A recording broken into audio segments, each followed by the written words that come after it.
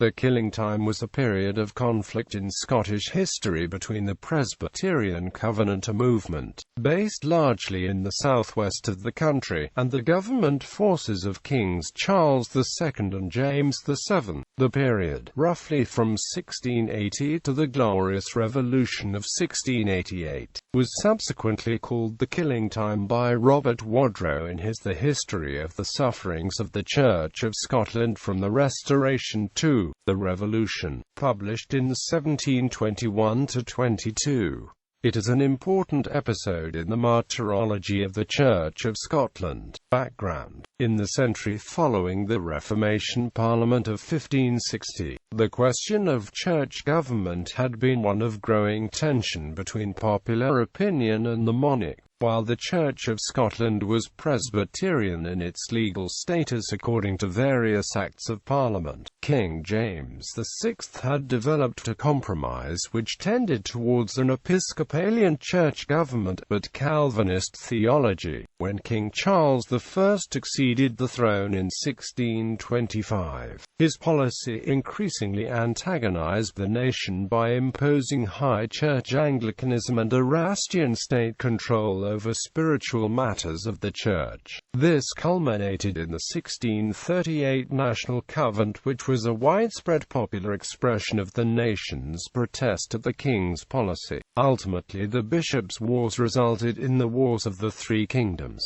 On the 5th of February 1649, 6 days after the English Parliament executed the king, the Covenanter Parliament of Scotland proclaimed Charles II King of Great Britain, France and Ireland at the Mercat Cross, Edinburgh, but refused to allow him to enter Scotland unless he accepted Presbyterianism throughout Britain and Ireland. In order to protect the Presbyterian polity and doctrine of the Church of Scotland, the pre-Restoration government of Scotland signed the 1650 Treaty of Breda to crown him king and support him against the English parliamentary forces. However, at his restoration in 1660, the king renounced the terms of the treaty and his oath of covenant, which the Scottish Covenanters saw as a betrayal. The Rescissory Act 1661 repealed all laws made since 1633, effectively ejecting 400 ministers from their livings, restoring patronage in the appointment of ministers to congregations, and allowing the king to proclaim the restoration of bishops to the Church of Scotland. The Abjuration Act of 1662 was a formal rejection of the National Covenant of 1638 and the Solemn League and Covenant of 1643. These were declared to be against the fundamental laws of the kingdom. The act required all persons taking public office to take an oath of abjuration not to take arms against the king, and rejecting the covenants. This excluded most Presbyterians from holding official positions of trust. Essentially, this returned church governance to the situation that existed prior to the expulsion of the bishops by the Glasgow General Assembly in 1638 and overthrew the Presbyterian form of organization favored by the Covenanters. The situation. Church ministers were confronted with a stark choice: accept the new situation or lose their livings. Up to a third of the ministry refused. Many ministers chose voluntarily to abandon their own parishes rather than wait to be forced out by the government. Most of the vacancies occurred in the southwest of Scotland, an area particularly strong in its covenanting sympathies. Some of the ministers also took to preaching in the open fields in conventicles, often attracting thousands of worshippers. The Scottish Privy Council attempted to end the dissent in the form of the First Indulgence of 1669, followed by a second in 1672. These allowed ministers to return to the churches on condition that they remained silent on the issues dividing the Kirk. The English writer Daniel Defoe, who studied the period, listed the reasons why the more intransigent clergy refused to countenance the offer. They would not accept of our indulgence for worshipping God by the license of the bishops, because they said they had abjured prelacy in the Covenant, and had declared the bishops to be anti-scriptural and anti-Christian, and to take license from them was to homologate their authority as legal, which they detested and abhorred. They would not take the oath of supremacy because they could not in conscience allow any king ahead of the church but Jesus Christ. They would not pray for the king, or swear to him, because he was a persecutor of the church, and thereby an enemy to God, because he had renounced the oath of God in the covenant, and until he had repented, they would have nothing to do with him, being debarred all manner of liberty to worship God in public, and on the severest penalties forbidden to assemble themselves together, either in the churches or in private families, and believing it at the same time their duty according to the Scriptures, not to forsake assembling. They could not satisfy their consciences to obey man rather than God.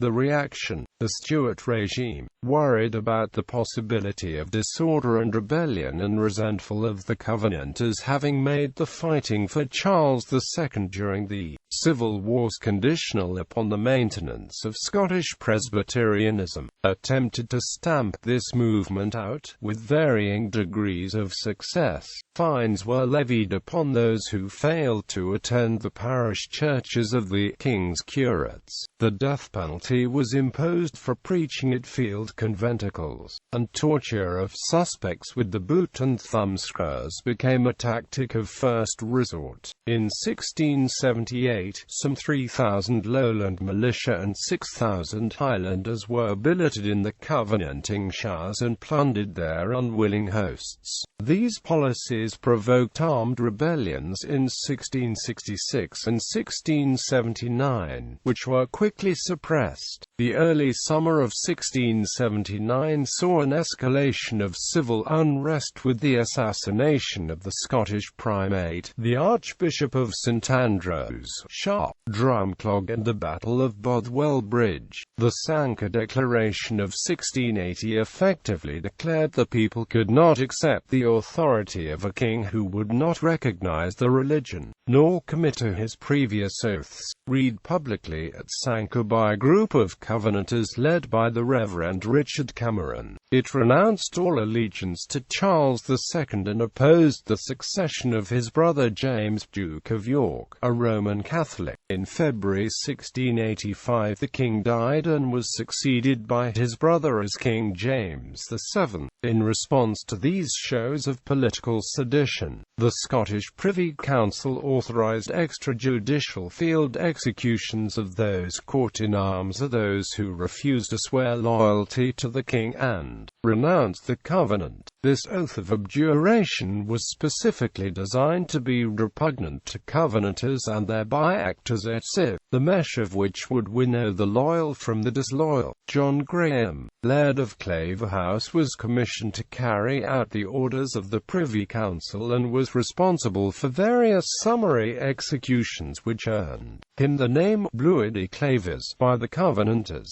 Amid rising tensions in both Scotland and England, the Stuart regime descended into chaos, and the Glorious Revolution of 1688 ended his reign in England when James fled on the 23rd of December to exile in France. The ensuing political crisis in Scotland, which preempted by English events, was left without a king, saw the members of the Scottish Privy Council swiftly ask William to take over the responsibilities of government in Scotland on the 7th of January 1689. Having read the mood of the people that there was a lack of popular support for James' regime and that William's political support grew as the crisis process unfolded in a similar way to England. The Scottish Parliament passed the Claim of Right Act, thereby establishing in Scots law that the throne was left vacant upon James' departure. The persecution ended with the accession of William of Orange as King William II of Scotland in 1688 and the acceptance of Scottish Presbyterianism by the Act of Settlement 1690.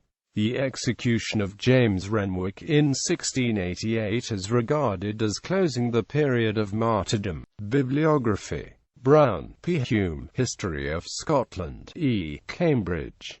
Cowan, Ian, The Scottish Covenanters, 1660–1688, London. Tim Harris, Restoration, Charles II and His Kingdoms, 1660–1685.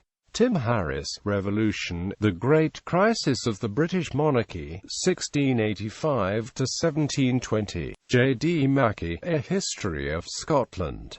Raymond Campbell Patterson, A Land Afflicted, Scotland and Amp. The Covenanter Wars, 1638–90.